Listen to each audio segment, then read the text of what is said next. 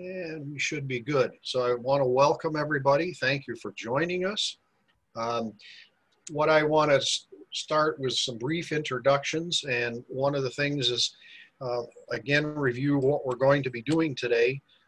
After I do the introductions, we're going to talk about how you listen, how you hear Zoom.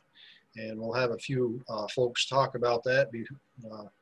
And then after that, Lauren is going to do a tour of our virtual demo center website, which is fabulous. And we thought it would be a good place to start because in the absence of going to a real demo center, the virtual demo center is a really good substitute for that.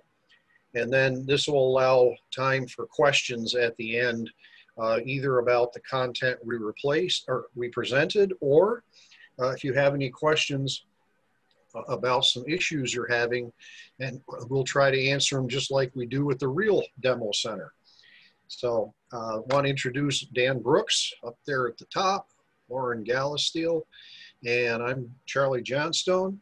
I want to remind you folks that if you go back to the Zoom invitation you received this morning, we'd appreciate it if you scroll down to the bottom, forward that email, and that's going to go, all of a sudden the name escapes me, Dan, I'm sorry. What? Who's doing our evaluations? Barbara Bradshaw. Carol Bradshaw. Carol Bradshaw. I'm Yeah. sorry. I apologize for that. I've seen her name so many times, but it gives your email address. All you got to do is forward the entire Zoom invitation. And at that point, it'll let you edit the evaluation section and fill in your responses. And then Carol's email address is right there. So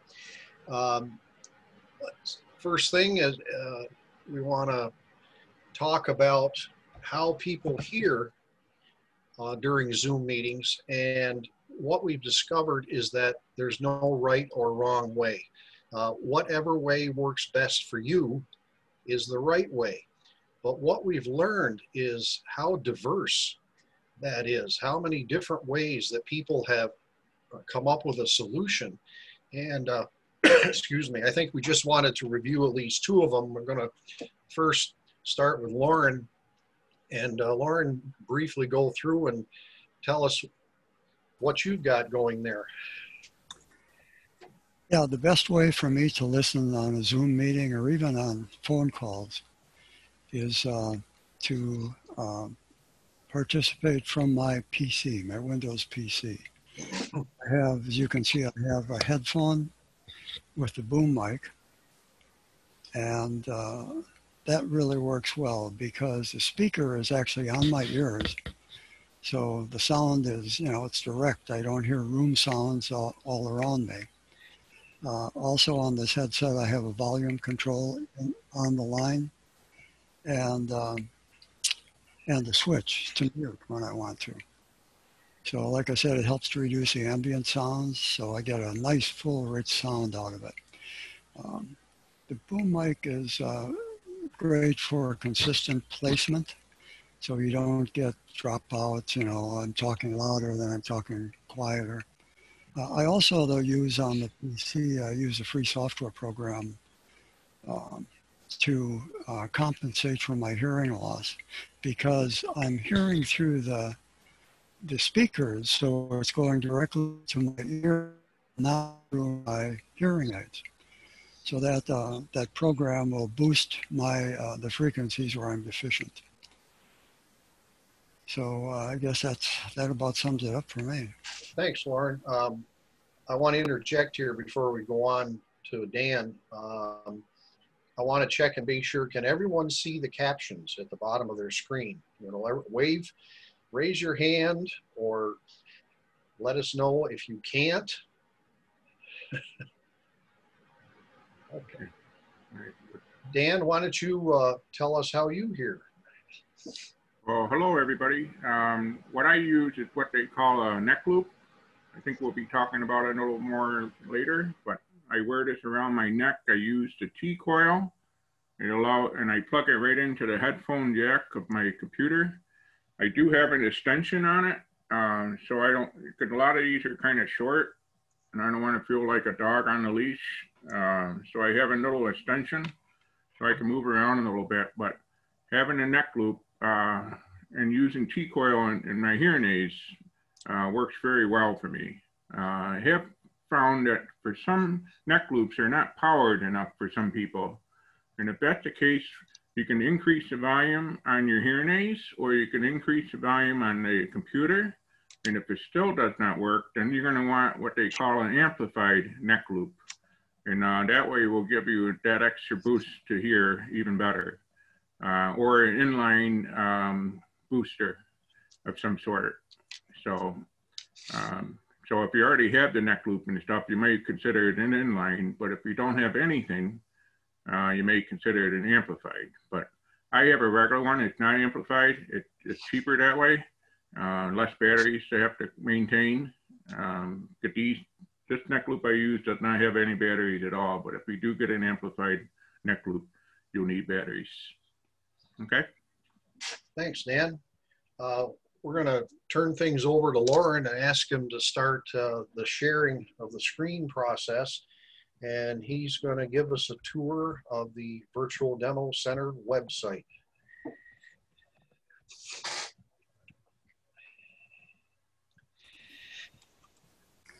Okay, can everybody hear me okay? All right. A little more volume.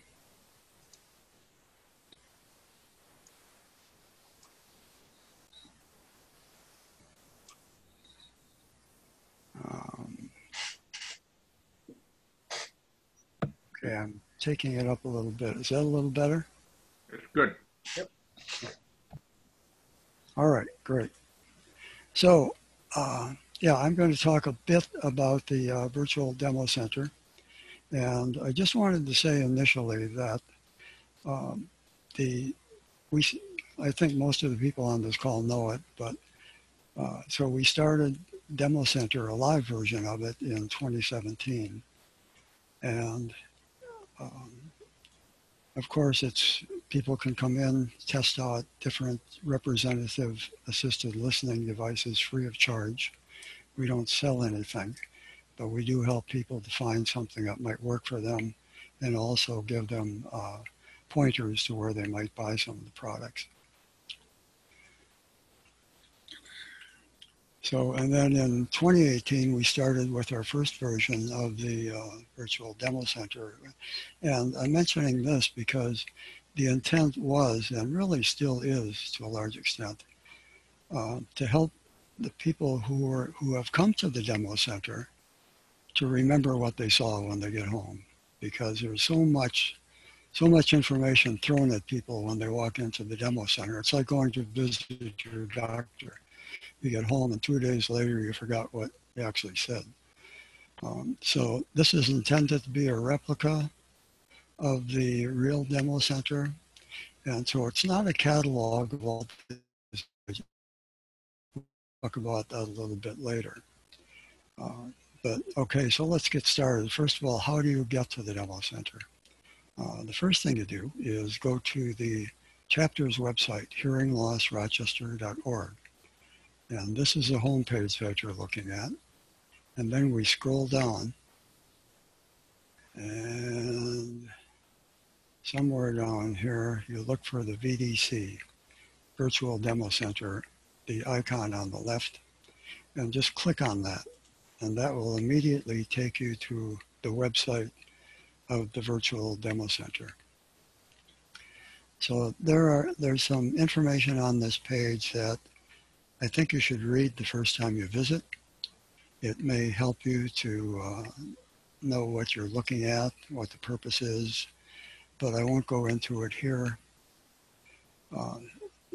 We also have a button on this page that where you can leave questions or suggestions. Just click on that. Maybe you want to tell us a little bit about your hearing problem or the situations that you're trying to hear better in. And just leave that information there and somebody will get back, one of our team will get back in touch with you. So I'm going to click here to continue.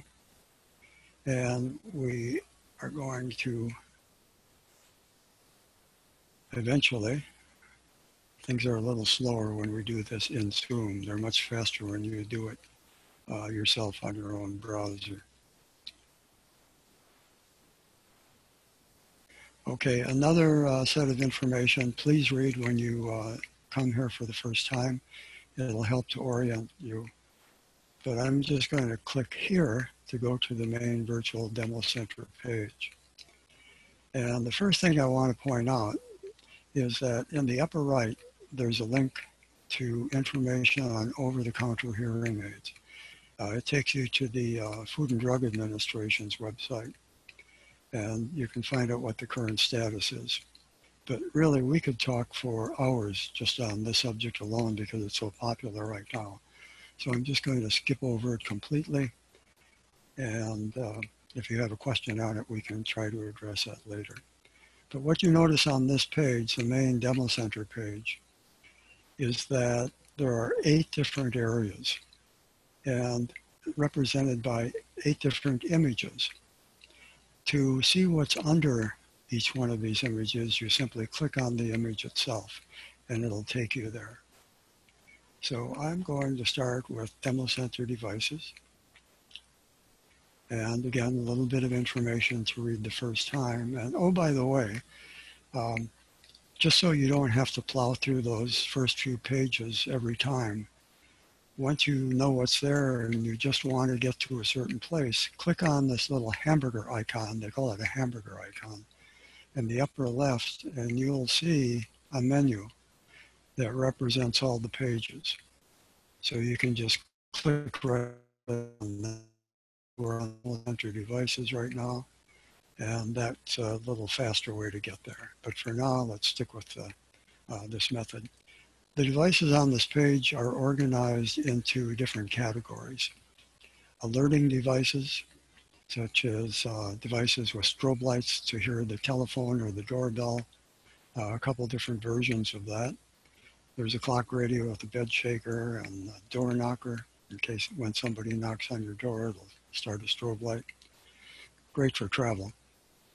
And then if you have trouble hearing on the phone, that's another category. And one of the approaches to that is to add amplification.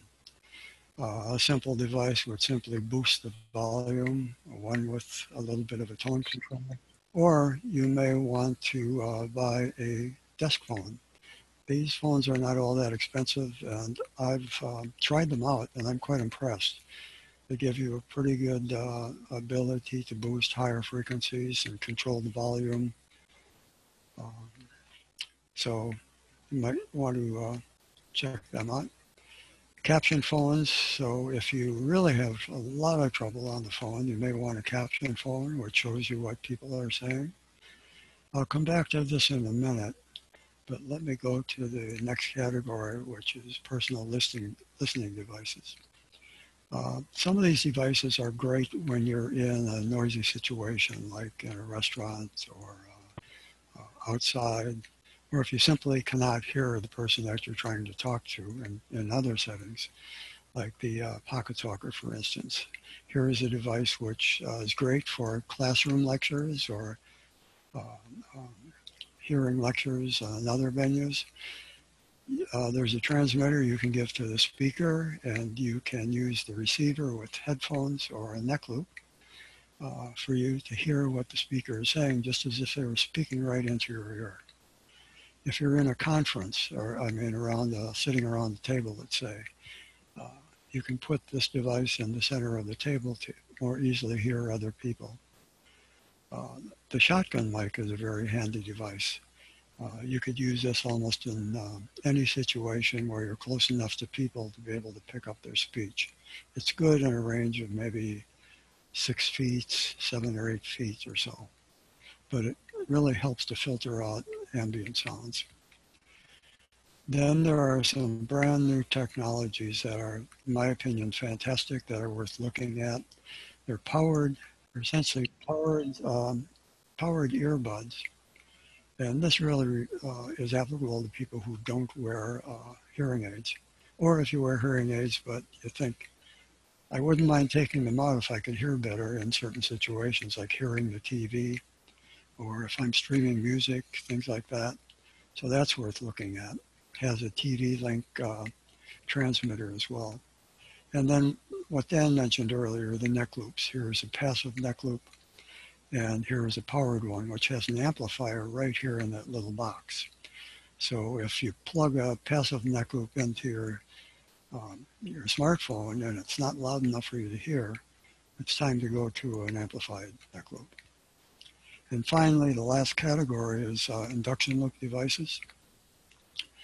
And all of these devices work with either a telecoil that you have in your hearing aids or CI, or with a hearing loop or with an induction loop receiver, like this one, for instance, or the one that I showed you earlier. This version of that product has a telecoil, and also a very inexpensive product, but it's a set of loop buds with a telecoil in it.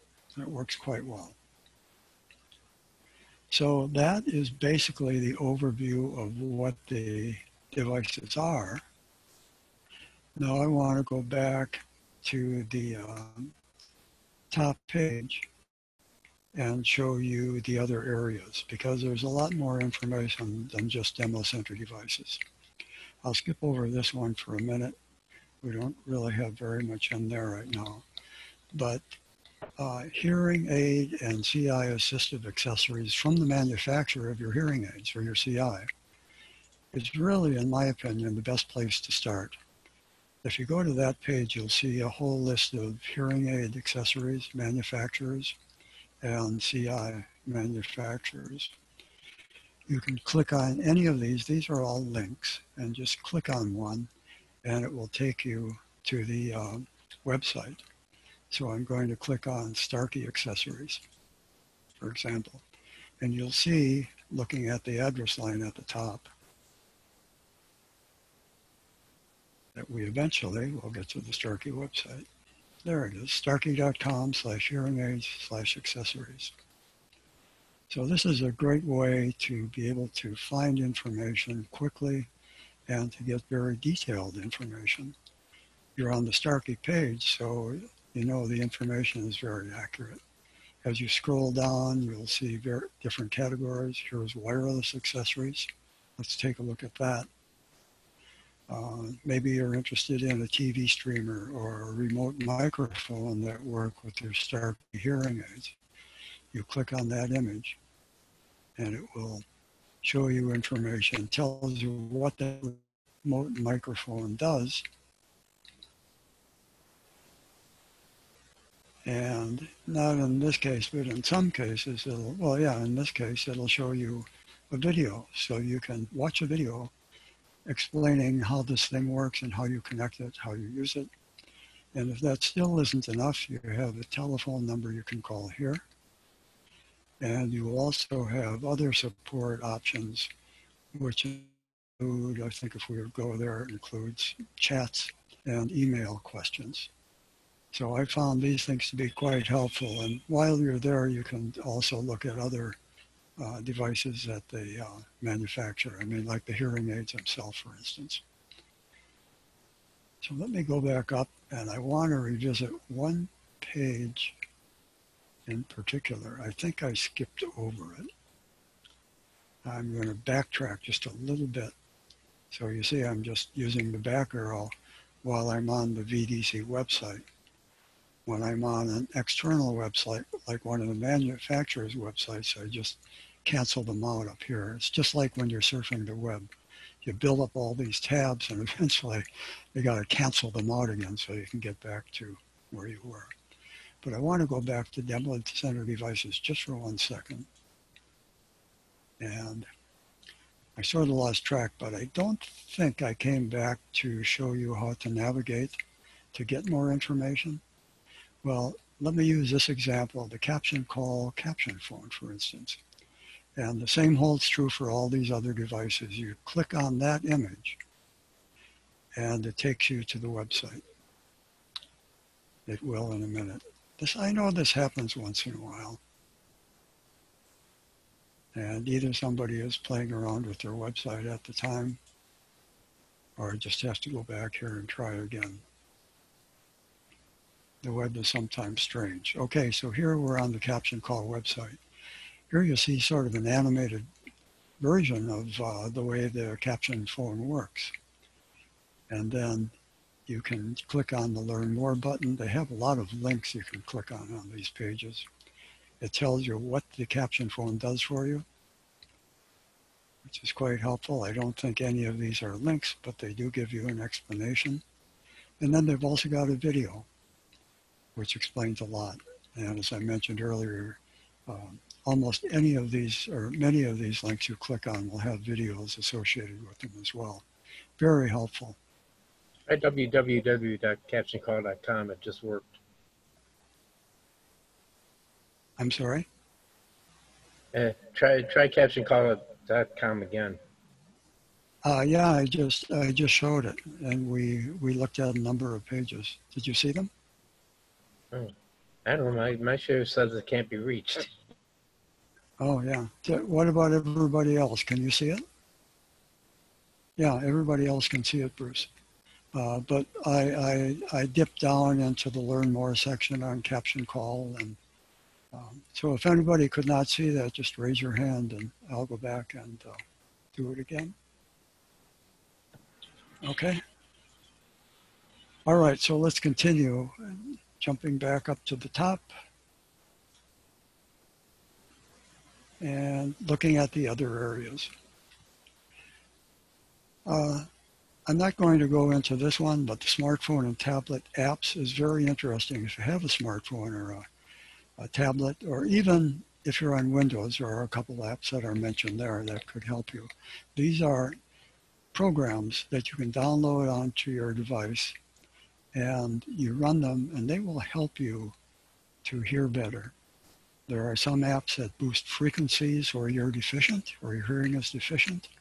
Others that will actually convert what somebody is saying if they're sitting close to you, or if you give them your phone, it'll convert what they're saying into text. And then you need your phone back, of course, to see it. But that works really very well. Something like Live Transcribe if you have an Android phone, or there are some for the iPhone as well. So take a look at that. The Learning Center, which has some videos which are helpful. We've used this a number of times in the live demo center to show people, illustrate some ideas to people. One is, this is an animated view of video of how you hear. And I think it's excellent. I won't start it here because of the delay, and it takes a few minutes to go through it. Also, this one is very useful about induction loops and how they work. I'm quite sure everybody on this call understands telecoils, but I'll just say it anyway. If you have a telecoil in your hearing aids or in your CI, your cochlear implant, you can hear, it'll enable you to hear much better in venues that are looped, that have hearing loops. And some people will say, well, what's a hearing loop? Well, you click on this and you'll see a video that shows you all about hearing loops and also shows you how the telecoil is able to pick up that signal. I mean, these things, they're old technology, but it's really amazing. And I always recommend to people that if you don't know if you have a telecoil, talk to your audiologist and find out if you do. If you're buying hearing aids, be sure to get a telecoil in it. Okay, let's go back up here. Oh, and also, don't forget to visit our national website, which has just a boatload of information on hearing loss basics, on diagnostics, on remedies, and much more information. That website is just simply hearingloss.org.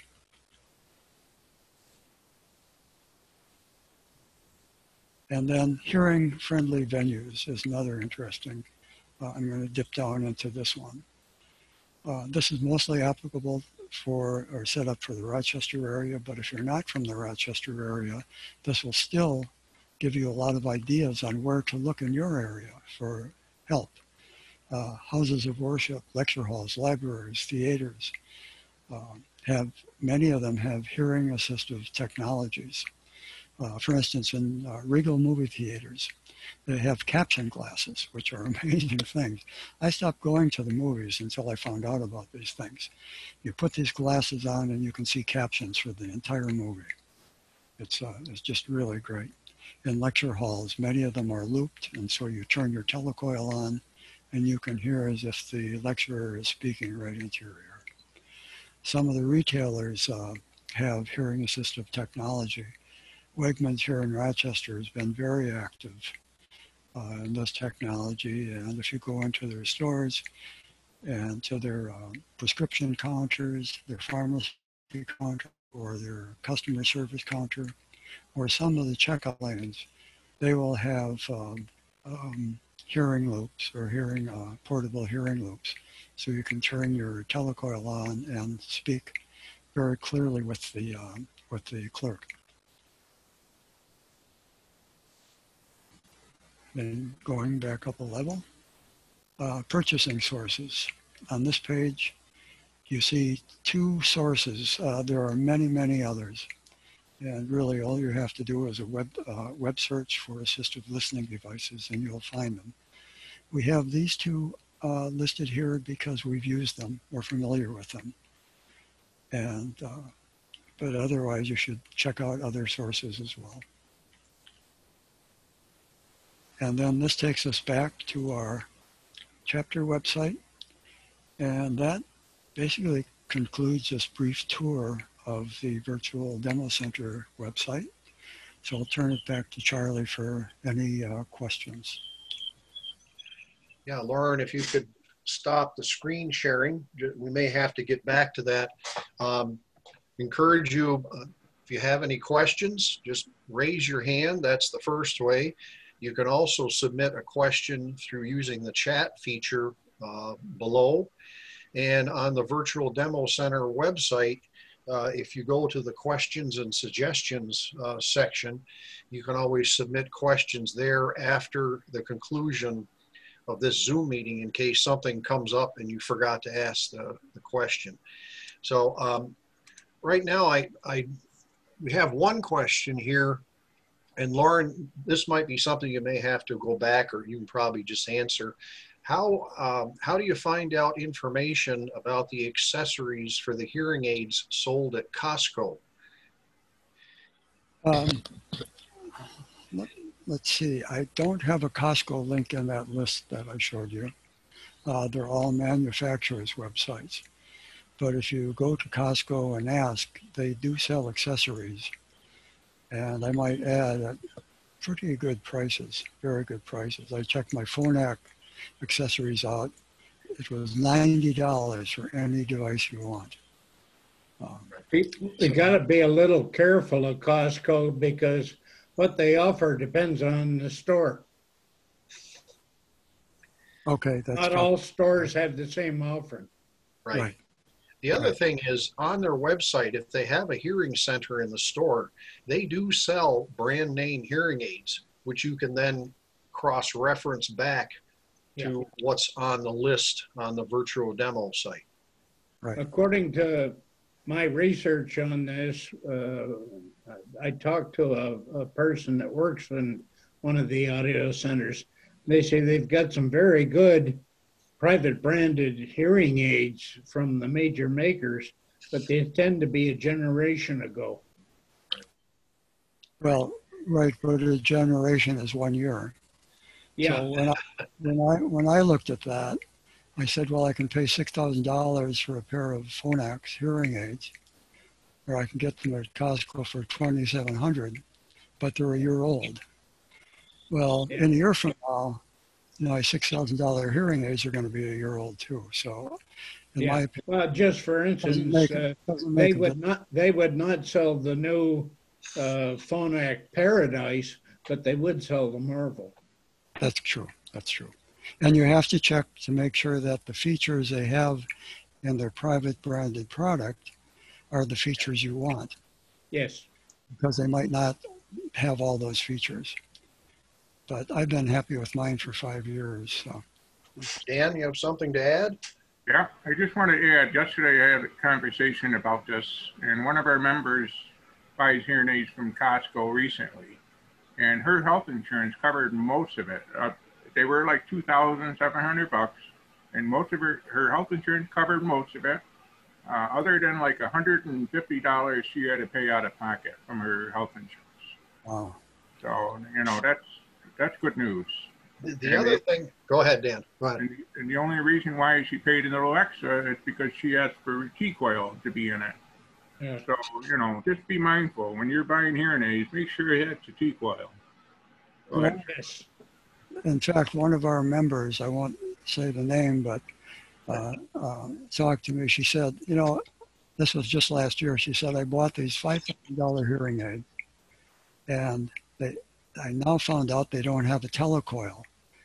And it turns out some of the new hearing aids are very, very slim, the one that fits behind your ear. And they do this just for appearance. Yeah. But they're not big enough to hold the telecoil. So if you want a telecoil, you have to buy a remote mic accessory, which has a telecoil in it, and then you get the telecoil. Yeah. So you have to do research before you buy your hearing aids. Yes. Michelle, you have unmute yourself and you want to add? Yeah, I just wanted to make a comment about the insurance and hearing aids. Actually, the insurance company does not give you anything.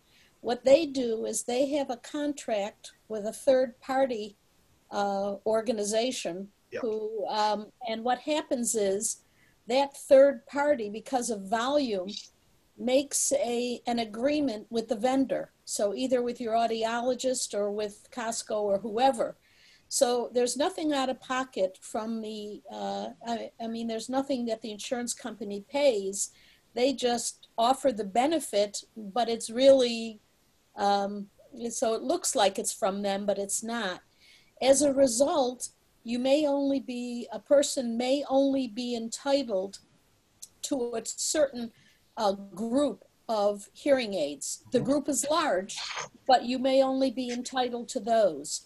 However, since this is a money-making proposition in many respects, what can happen is if you sign a paper and agree to pay a little more than what originally your plan covered, you can go to a whole nother classification of hearing aids, which may have more features, etc. So you're not locked into it, but you have to ask. Not all audiologists have these agreements. And the reason is if a person goes to the audiologist, tries out one of the ones that are under their plan, then doesn't like it and gets something else, the audiologist has to pay a large fine. So they don't want bait and switch, plus they want to sell their own hearing aids. So there's a lot of stuff that goes on behind the scenes. But I just wanted people to know they're not, even with the insurance company, they're not locked into anything, but the vendor will need to call the middleman, so to speak, to get their particular way of operating. Hey, any other questions? Just a couple comments. I'm gonna look closely, see what's in that over-the-counter page, because as you know, I sit on New York State's Department of State committee on that. And I'm particularly interested if we talk about the potential risks of using over-the-counter aids or plain amplifiers. Right. Because that's going to be a major issue in the OTC standard when it comes out. It is. My understanding is that the standard is going to limit OTCs to a 25 decibel gain across the board. Okay. All right. Pin, you had a comment? Pin, unmute yourself. You had a comment? Yeah, go ahead. You have to unmute yourself, Pin. Okay, I've got a comment and a question. I bought this about 2 months ago. This is called a Maxi through the Harris Communication, and I'm quite happy with it.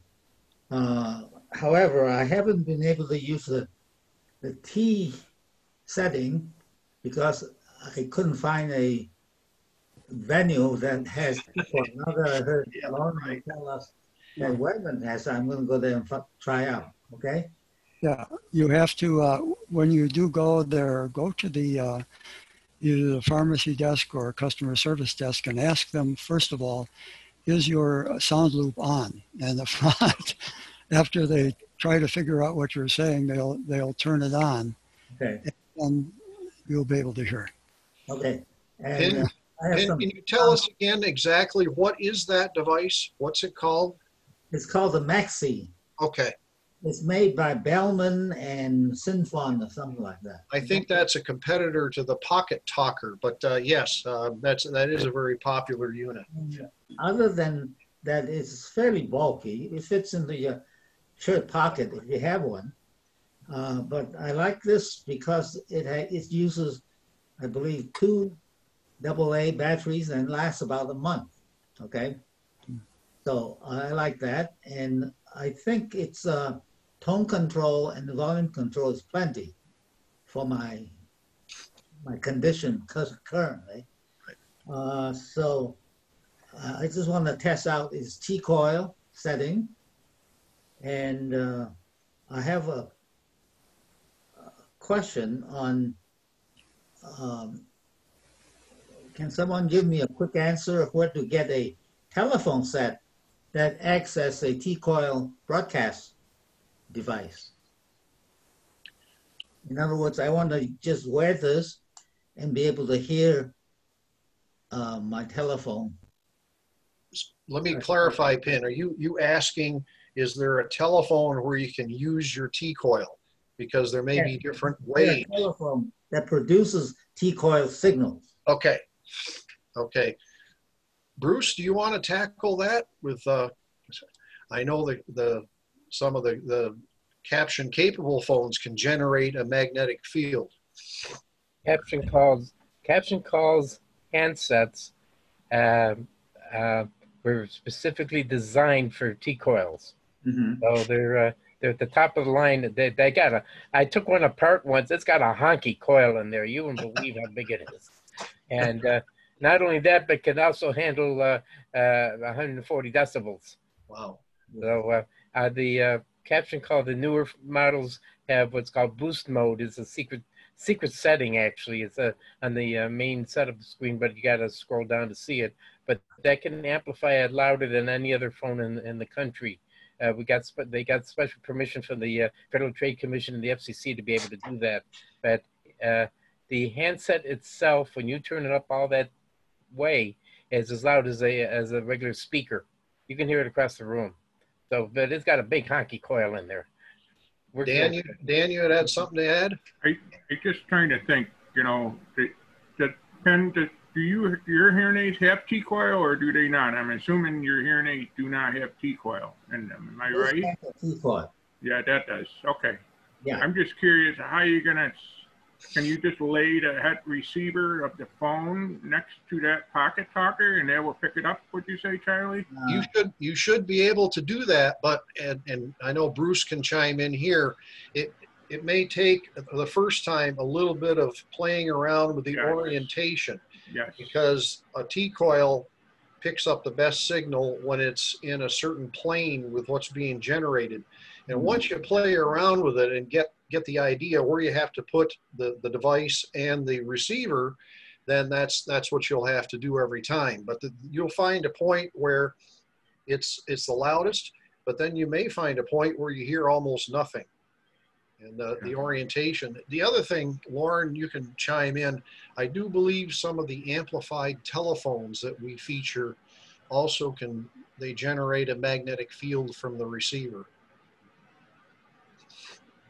Yeah, actually, what that is that, I'm trying to think of the name of this, but there's actually some kind of a regulation on this, or not a regulation, but a government recommendation that all phones need to be hearing aid compliant, which means that when you have the phone up to your ear, it can generate a signal that's strong enough for your T-coil to pick it up.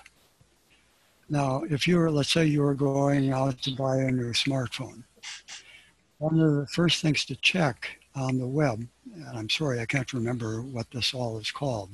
First things to check is if the phone is compliant with T-coils or is compatible with T-coils. And I know that there are 4 different levels that phones are rated on as to how well they work with T-coils. I checked my Moto G phone out, and its rating was 4, which is the highest rating. So I know it works well with them, but some of them really don't work very well at all. So all you're hearing comes through the phone speaker. I had one neighbor that had T-coils in his hearing aids, but he said he couldn't get anything off his phone, which was supposedly compatible. Well, it turns out his T-coil is controlled from his software on his phone, and he wasn't turning his T-coils on. Oh. Simple, but I have another suggestion. I don't know if your pocket talker that you have has a microphone that could be removed. The pocket talker, you can pull the little mic off, and then it has a 3.5 millimeter port. If it does, and the phone that you have has a port, you can maybe get a 3.5 millimeter to 3.5 millimeter cable, audio cable, and connect them directly. That way you're not fiddling, trying to figure out holding the receiver while holding everything. Just making that connection, then you just need to stand near it, and you'll hear through your headset.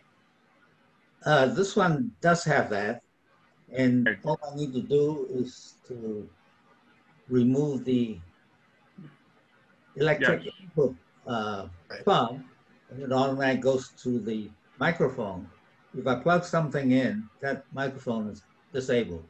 Yes, and then I'm thinking plug the other end of that cable into the phone, providing the phone has an import or an export speaker output. But I would like to have a phone that broadcasts it in a local, Wi-Fi fashion. Yeah, I'm just concerned you're going to have to stand there and hold the receiver and your pocket talker, and so you're not going to be able to walk around freely in the kitchen or whatever. You know what I'm saying? No. So, Duct tape. Yeah. Go ahead, Lauren. Yeah, let me just make one more comment, because I think this is important for anybody who's buying a cell phone. I found it out on the web now. The FCC has approved standards and passed regulations for cell phone use with hearing aids. They call it, if you want to search and find information about it, search on hearing aid compatibility for cell phone. 4 levels of compatibility. There are actually a couple different things. Lauren, can you share your screen real quick? That might be good to actually see it.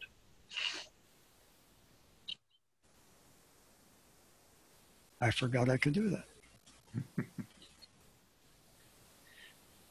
Isn't technology wonderful? Huh? So I'm going up to the top, first of all. And this is actually off of our hearingloss.org national website. Can you all read that? I can make it a little bit bigger. Oh, okay.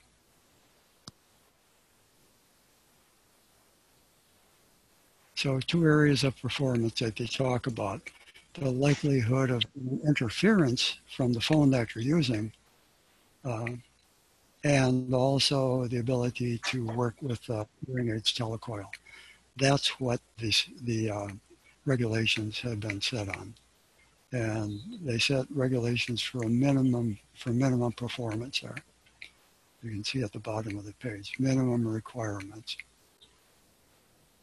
And if I can scroll down, let me know when I can scroll. And I will show you something else.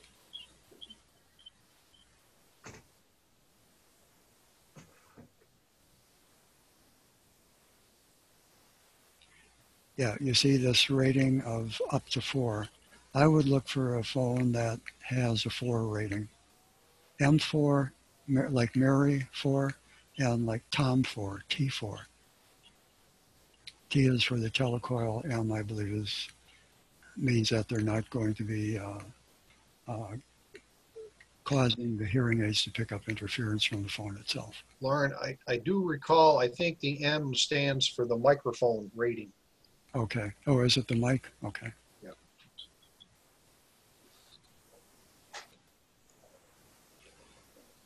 Okay, so that's what I wanted to show you. That was my only comment.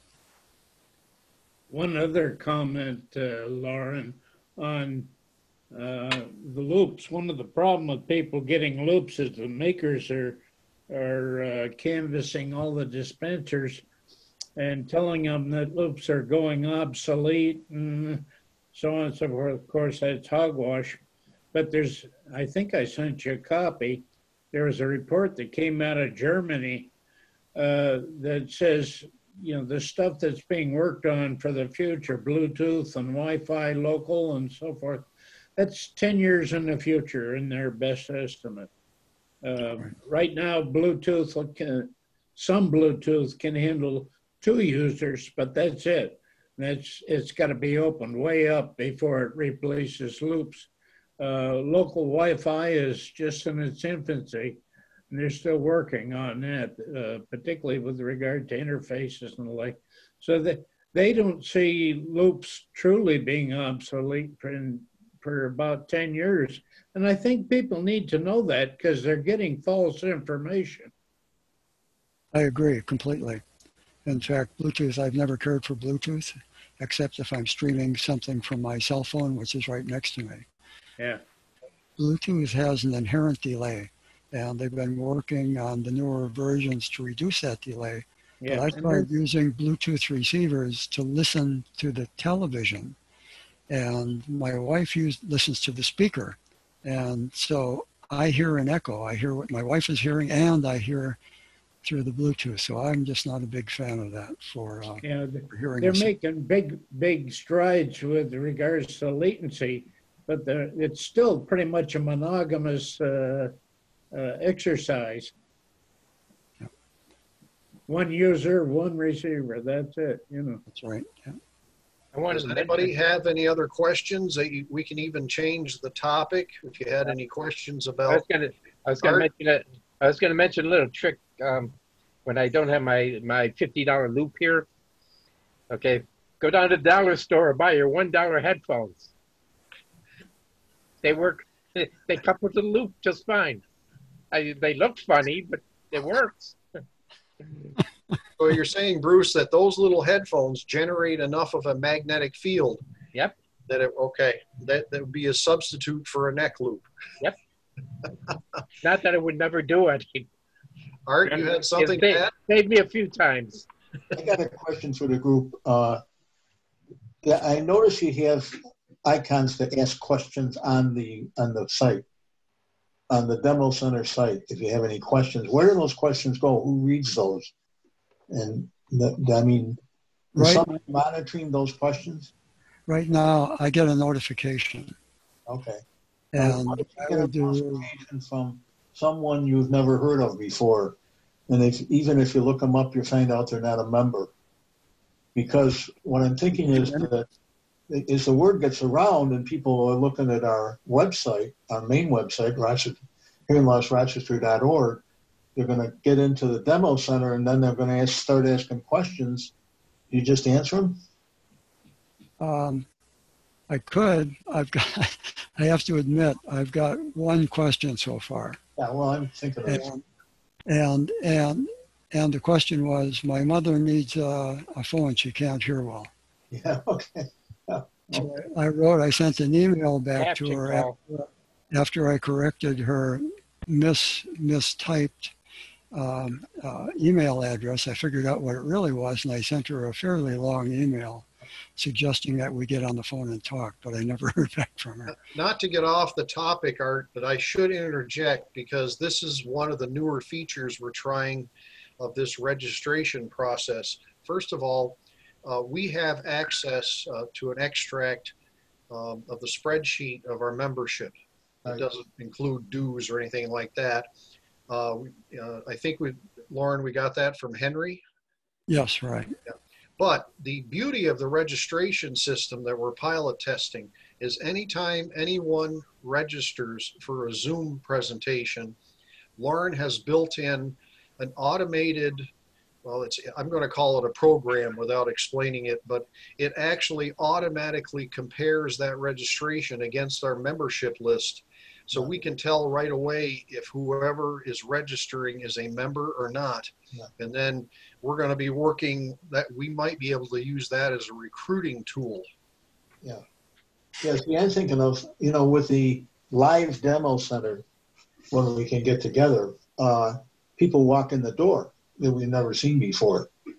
And I can see over time, people will be walking in the virtual demo center door, which is great, So I'm just thinking about that. I just want to make a comment, and then I'll shut up. This is terrific because I hang around the demo center a lot, and I pick up a little bit from this conversation one-on-one and that conversation one-on-one as people are looking at equipment. But here you hear the whole thing, you know what I'm saying? So I've learned more this morning than I have in all the sessions of the demo center I've been going around taking pictures at and so forth. I just want to tell you guys, terrific job. Well, the thought behind it was, what is it? You can give a person a fish or you can teach them how to fish. Yeah. And this is giving them the independence to find out. And that continues, Lauren. If you teach a man how to fish, he'll spend the rest of his life in a boat with a case of beer. That's right. Yeah. Folks, we got about 7 minutes left. Stan Gross is here. I just want to comment, I see Stan Gross here. And in the early days of the demo center, Stan was a big player in putting this stuff together. Yep. Thanks, Stan. Thank you. Gee, Or you're muted, Stan.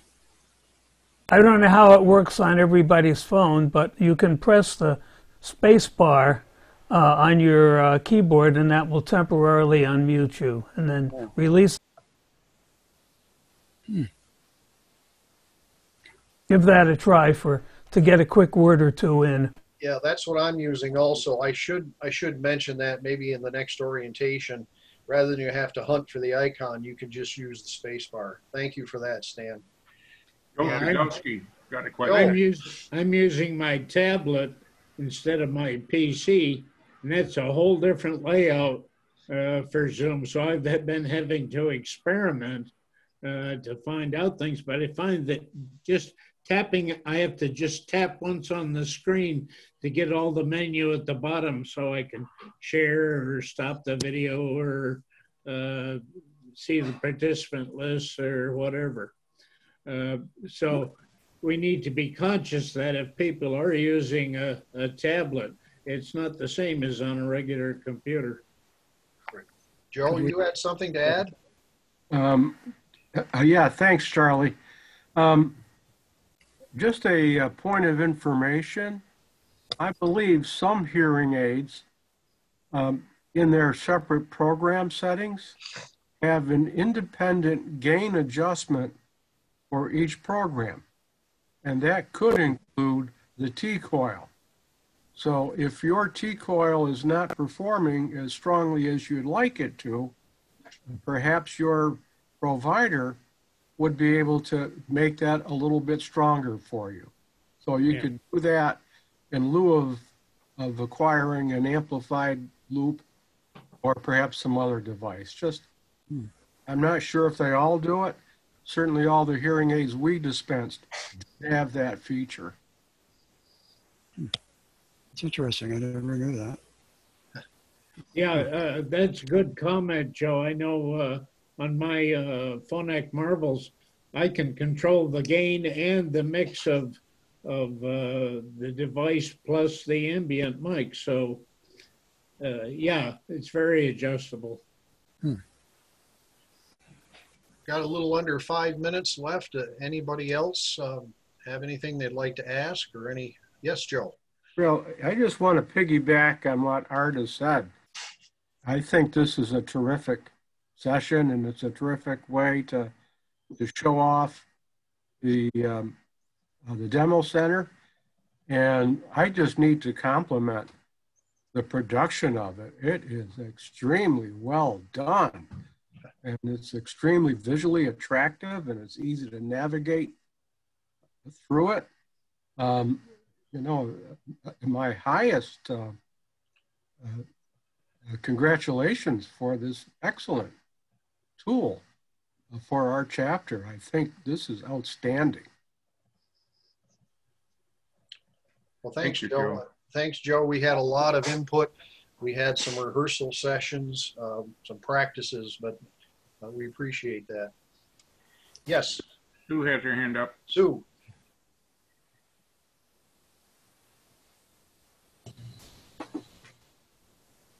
I agree. Lauren, this is phenomenal.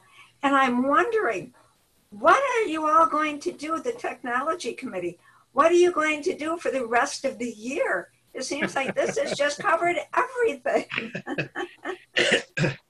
What are your, and I'm wondering if anybody here who's attending has any suggestions on what other programs the demo center could ever offer.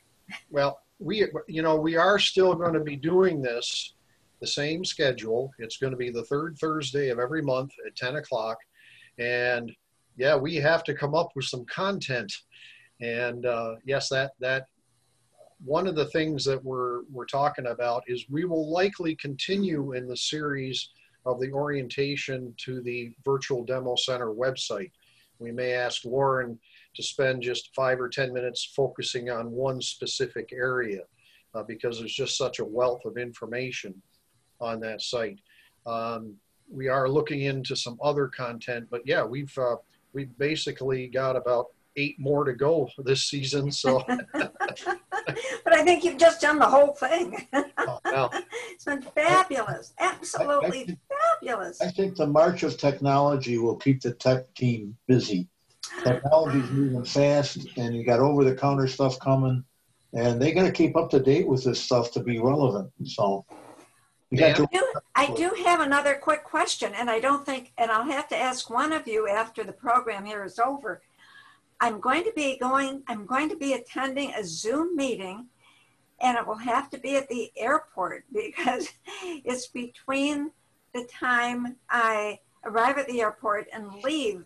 And I'm just keeping my fingers crossed that one of you techie guys will be able to tell me how I can attend a Zoom meeting when I'm sitting at the airport in Rochester. Yeah, go ahead, Dan. I just want to, mention that we can get back to you on that one, Sue. That's why the evaluation form is important in the email that you got. So if you have a question or want a topic to be spoken on, please fill out the evaluation form and send that in to Carol Bradshaw. Okay, that will help a lot. And then I want to let you know that next week on Tuesday, I believe at 10 o'clock is the next Hope session. Yes, it is at 10 o'clock. Yeah. Yeah, and that's going to be done by Suzanne Johnson, and it's going to be like a lip reading session. And then back in October, we'll go back to Joe Kozowski, heading up the Hope session going forward. Okay. So and then of course the whole cycle starts over each month. So make sure you do register if you haven't. And yeah, so back to you, Charlie. Yeah, we're now at our time limit. Now, the good news and bad news is we were hoping to have a live caption writer today. That didn't work out, so we're using the automated Rev. The good news is we can do a soft out. I'm going to stop the recording. I'm willing to stay for a few minutes after for a debriefing, but officially, the other thing I'm going to do is keep the transcript running, and we're going to save the transcript, which is going to be available. Also, Eric is working on a process to save these recordings. We're going to be reviewing it with the board members and deciding which ones to save. So stand by and wait for that. Thank you, everybody, for attending. I'm going to stop the official part of the meeting if anybody wants to stay, but I wanted to, Sue, we can talk to you about your question. Yep. Thanks, Charlie. Yeah, we can handle that now.